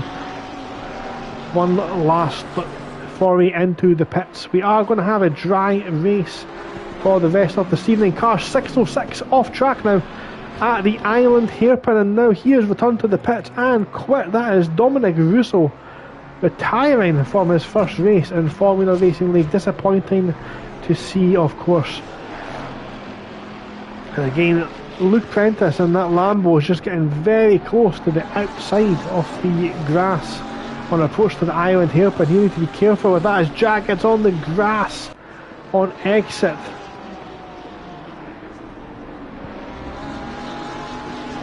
Now these two, of course, are very well known in the FRL community. They also have their own voice chat with a couple of the drivers, and I know the reputation they have in that voice chat, and I can only assume that it's going to be the two of them screaming down that microphone at each other as this battle goes on. 20 minutes remain. Which one of the two is going to come out on top?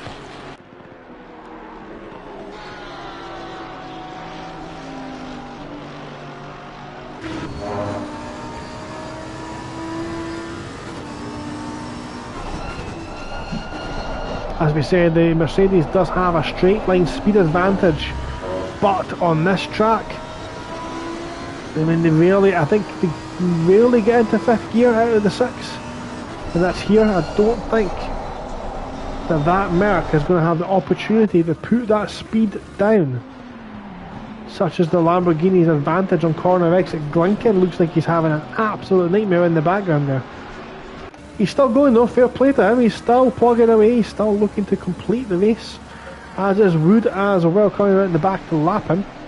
It should be mentioned as well that even if you finish 20th in your tier, you still score 11 points, whereas if you don't finish, you score 0. So it is absolutely worth continuing on, even if you're struggling, to get that checkered flag and points for the championship in the bag. On board the absolute football pitch of a bonnet of that Mercedes, you can just see the difference how the Mercedes can just bounce over the bumps and curbs on this track. And this is the closest I've actually seen that Mercedes to the back of the Lambo as they approach Druids now.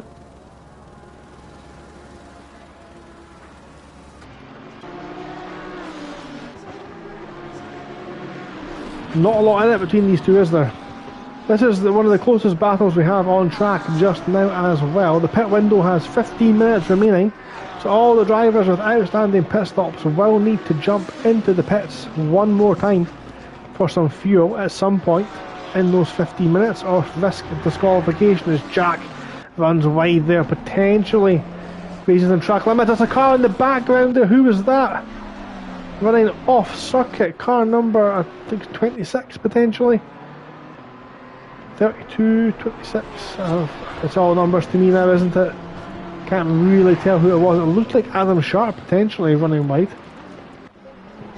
If it wasn't him, he's not on the right part of the track.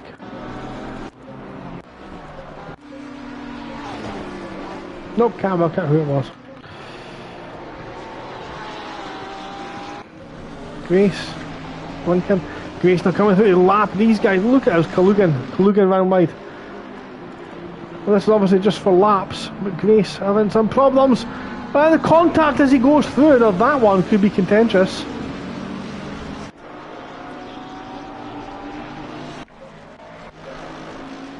Such potential controversy coming through the grid there from the Welshman. When he's chasing down this battle between the Prentice brothers, he knows if there's any contact, any mishaps between those two, that P8 finish for the man who's just had an absolutely monumental couple of weeks, spending time in Ibiza and all the way, all out in Ibiza, and I think it was Creamfields or something. He went to some ridiculously loud place. But yeah, he's had fun there, and his first race back is the Welshman. And I think he's maybe killed off quite a few of his brain cells in the process with the alcohol. But has kept his spirit alive, and he'll be happy with how it's went so far. It looks like Jack has now fell off the back of the Lamborghini just a little bit. Now, the Lamborghini very good on tyre wear, but Jack Prentice only recently jumped into the pits. Jack King has picked up a drive-through penalty for track limits, and that's going to knock him out of the top 5. He'll be absolutely gutted. He needs to get... Oh no! He's approached there far too fast. He's coming out of there with a stop-go 30, and the Irishman's race has become completely unravelled in the dying embers. Concentration just maybe disappearing, and there it is. Stop-go 30 for the Irishman. His race is all but done now. Where's he come out about? He's come out just behind Jeff Godefroy. He's now got another 60 to 70 seconds to serve in the pit lane, plus another pit stop. That car is not, it's not going well. Interesting one now then. Kalle Pulkkinen has found himself way out there in P2. He's got 10 seconds over Ola, so I don't suspect he's going to keep this P2. But Pulkkinen potentially in shape for a P4 a P4 finish here. Now it just depends on what he does when he goes into that pit lane. If he only has to make a splash and dash, this could be 15 to 20 seconds in that pit lane. He might actually come out ahead of Brandon Glover. 60 minutes to wait for that one. And we'll find out the action of these two close again. Only 0.3 of a second. Jack Prentice coming back for another bite off the cherry.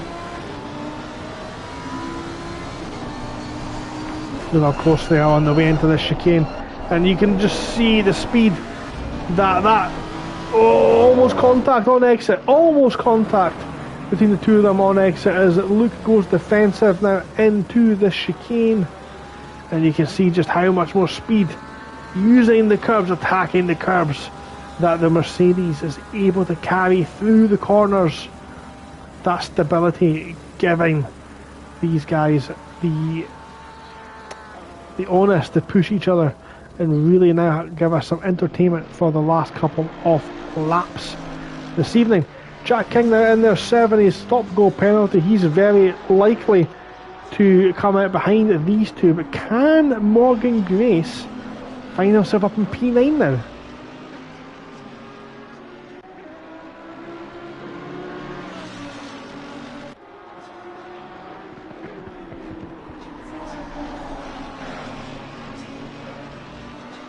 Just keeping it within the track limits. The confines of the track, the solid white line marks the track limit on the exit of turn 1. It does vary throughout the track, and again Jack very ambitious with the track limits on exit there.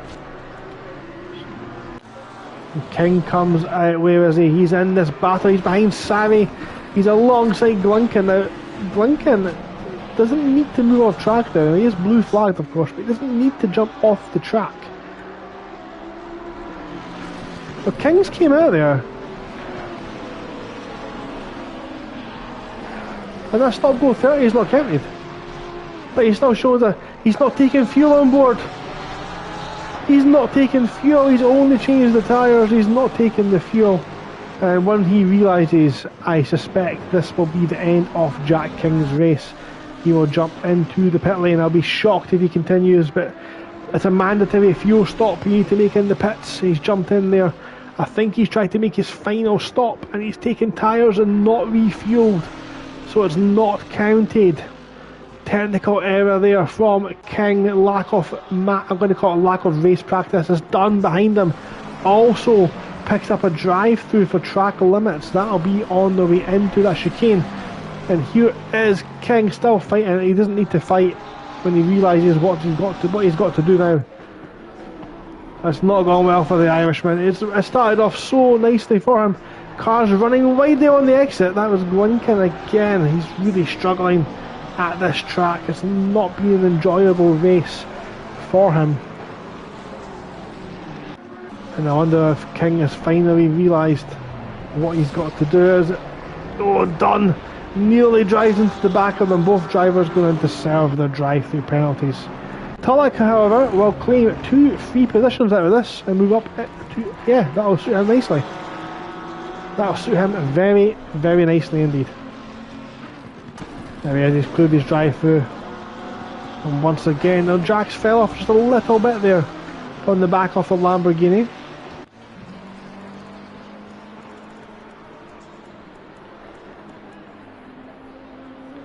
But he's closed up now, hasn't he? He really has closed up now. And these two, believe it or not, are actually closing in on race leader Marcella at the front. Marcella's just really went into relaxing mode. He's out now for a Tuesday evening drive and just cruising it to the finish line. He's well out in front. He's got a big gap to Ola as Jack King finally clears that drive-through penalty.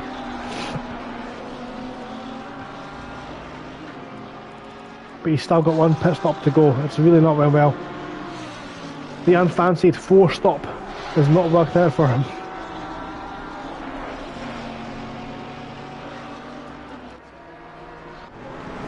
Looks like a bit of congestion. I mean, there's Sammy having an absolute battle there with Kaluga, and he's getting flashed. Who's that in front of him? That's a BMW.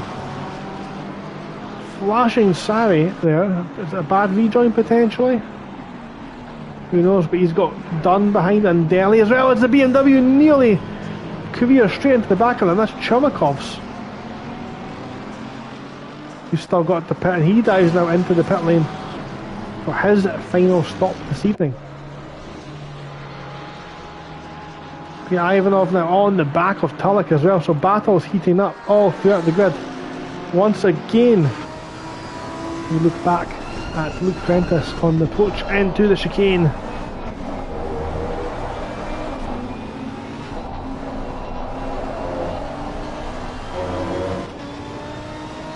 And Jack's still applying the pressure. He's not letting his brother go. It's been like this for the past 15 minutes. And I suspect we're going to have this for 10 more. And we'll try and keep ourselves up to date with everything that's going around the track. But this battle is the one that's the one to watch, as Luke feels the need to defend into the final corner on this occasion. Nothing doing on this time. Sammy's been in the wall. Sammy has got a big chunk taken out of his front bumper, and that car is now struggling. It looks like almost all the drivers have completed their mandatory stops. Pulkkinen, it looks like he's got just ahead of Greg Rood there. Car 65 showing yellow flags at Druids. Who is car number 65? That's Tulloch. Tulloch's been in the wall at Druids. As he rejoins now in front of the Grello Porsche, as Tulloch and Sammy both had excursions on the final moments of the 90-minute special event, and Jack King has had an absolute nightmare at the island hairpin. He's been off track. The back end of that car not going very well, and for the third time this evening I'm going to rhyme that with Linton Bell, who profits from that and moves himself up into 20th place. It's not where he was earlier on in the race, but he will take it as things stand. Godefroy now goes into the pits for his final stop, and these two are still at it, all over each other on the way into Druids. Need to be very careful. We've seen Tulloch have an incident there a couple of minutes ago, and the rotation of that Lambo is just so extreme. You can see he's gained a little bit of an advantage on the way down to the run off the final corner. Now Jeffrey Godefroy has only done a splash and dash. He's not going to come out behind these two. He's ahead of these two. So Godefroy has moved himself up to 6. As Luke Prentice gets a little bit excited with the throttle pedal on the way into, on the way out of turn 1, and that's brought Jack back into play again. Savvy and Tulloch still fighting each other as they come into Druids again. Both of these guys I'm sure have having nightmares about this corner, but it's a good exit from the Scotsman. He's going to get a little bit of a toe on the way down to the final lap, final corner. He doesn't think about it this time, but it looks like a compromise line from the Porsche driver.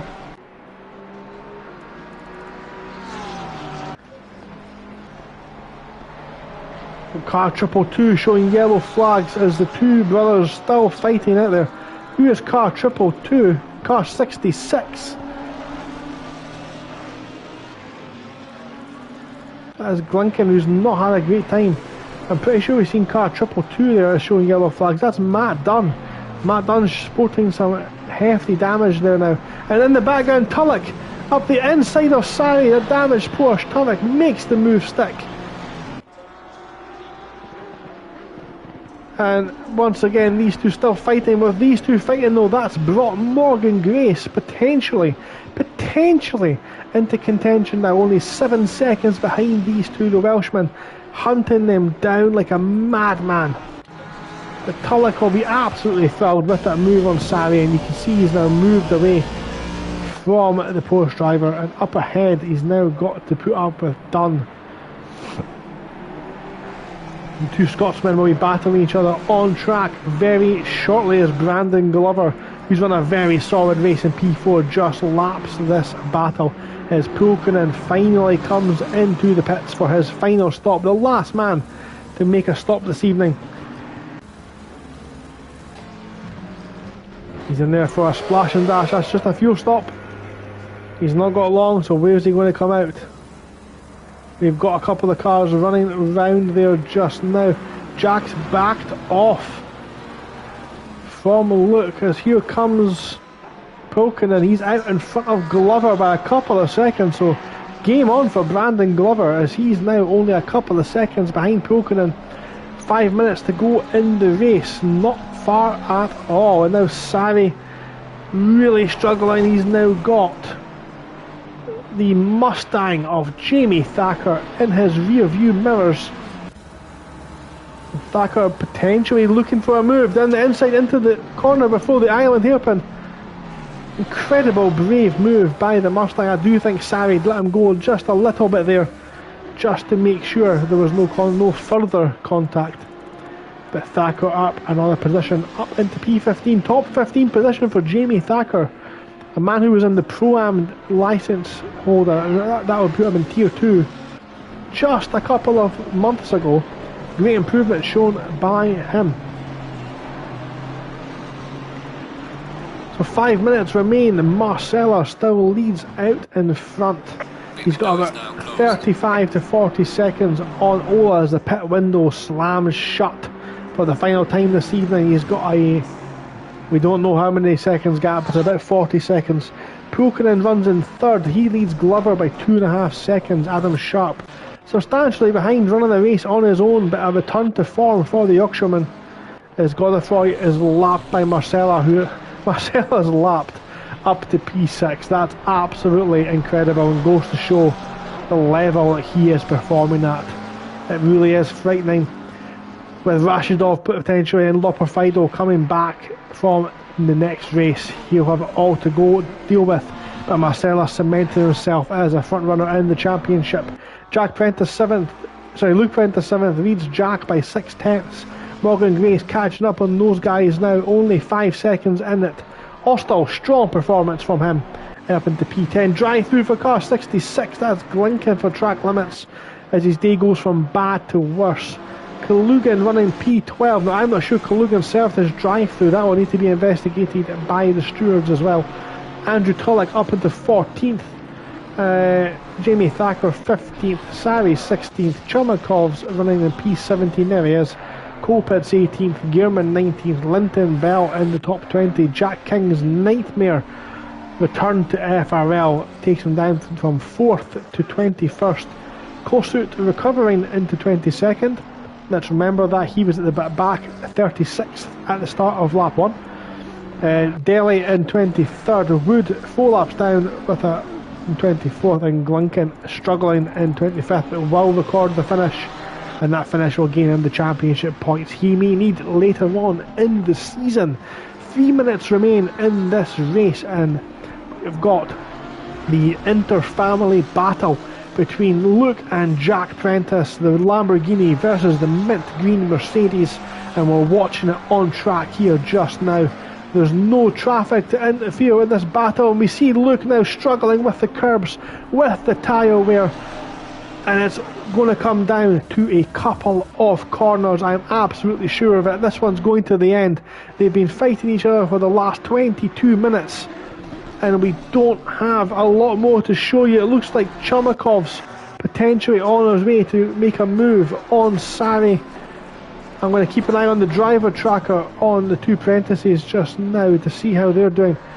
But I think Churmakov is going to make an easy move here potentially. 66 now clears his drive-through as Jack backs off just a little bit going into turn 1. as Sari has been overtaken now by Chumakov's. Kopitz next to make that move. Sari pulls over to the side. I don't think that's intentional. The steering on that car must be absolutely struggling. Morgan Grace has had to dive into the pits. He's ran out of fuel by the looks of things. He's going to have to put a couple of litres in, and you can tell he's in the pits. 1, 2, 3, 4, 5, 6 seconds. It's a splash and dash. Car 54, Sari has cut the chicane and been given a stop-go 10 seconds. It's not gone well. The Grello Porsche is a cursed car. I'm yet to see a driver use it and perform well over the course of a season, and Sari falls victim to that a little bit more. But here we go, 1 minute 18 remaining. Car 54, that is Sari. He's a little bit in the way, and now he could get potentially, I'm saying potentially, lose to Linton Bell. Linton Bell up into P19 now, very cautious by the silver driver around the Porsche. The Sari potentially now going to be causing an issue, and these two approach only within a tenth of a second of each other. They've got the slow moving Porsche just ahead. I think it's going to be just enough space as Marcella starts the final lap of this 90-minute special event here at Oulton Park at Formula Racing League, as the Porsche just gets out of the way in time not to disturb this battle. Morgan Grace rejoins out in P11. He's going to struggle to make that time back up to get himself into the top 10. And he'll be absolutely crushed with that one. But we'll watch this battle. Well, mate, we know the stuff going on around the track. We know the leaders on the final lap as he laps round. He's got Kopitz just in front of him, but he doesn't need to push. He could sit behind Kopitz for the remainder of the lap. It's a non-issue for him. And we see here Jack Prentice is going to push Luke to the very end. Now these guys are catching. That looks like Glinken, who's just came out of the pits. Now that potentially will be an involvement in this battle.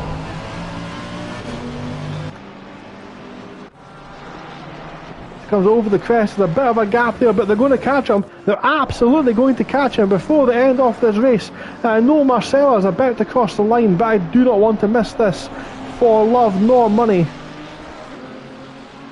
They're all over. This is the point where Jack has been pushing him the entire race, the last 22 minutes. Can he find a way through? We've got the blue flag in front. Marcella is about to cross the line and take the win of round 3 Formula Racing League Taco Tuesday. Congratulations to Andrea Marcella. Ola's likely going to be second, but the blue flag potentially holding up Luke on the final corner. Jack not able to capitalise. A big stab of oversteer as he comes across the line. Incredible heated battle. And contact there at the end. There's absolutely no need for that. That's shocking. We'll need to see what happened there. But Ola now on the back of Jack King. This could have been a battle for position earlier on in the race. Now it looks like Jack is defending. It's not going to cost Ola anything on this instance. But as they come across the line now, the Lexus will take P2. Great race from Ola. Pulkkinen is going to come home in third. A strong race. What's going on back there? It's all kicking off. Sari's down in 22nd. He's struggling, but he's going to make it. He's going to make it. Yes, he is. But Pulkkinen comes home and takes third place. A great podium from the Flying Finn.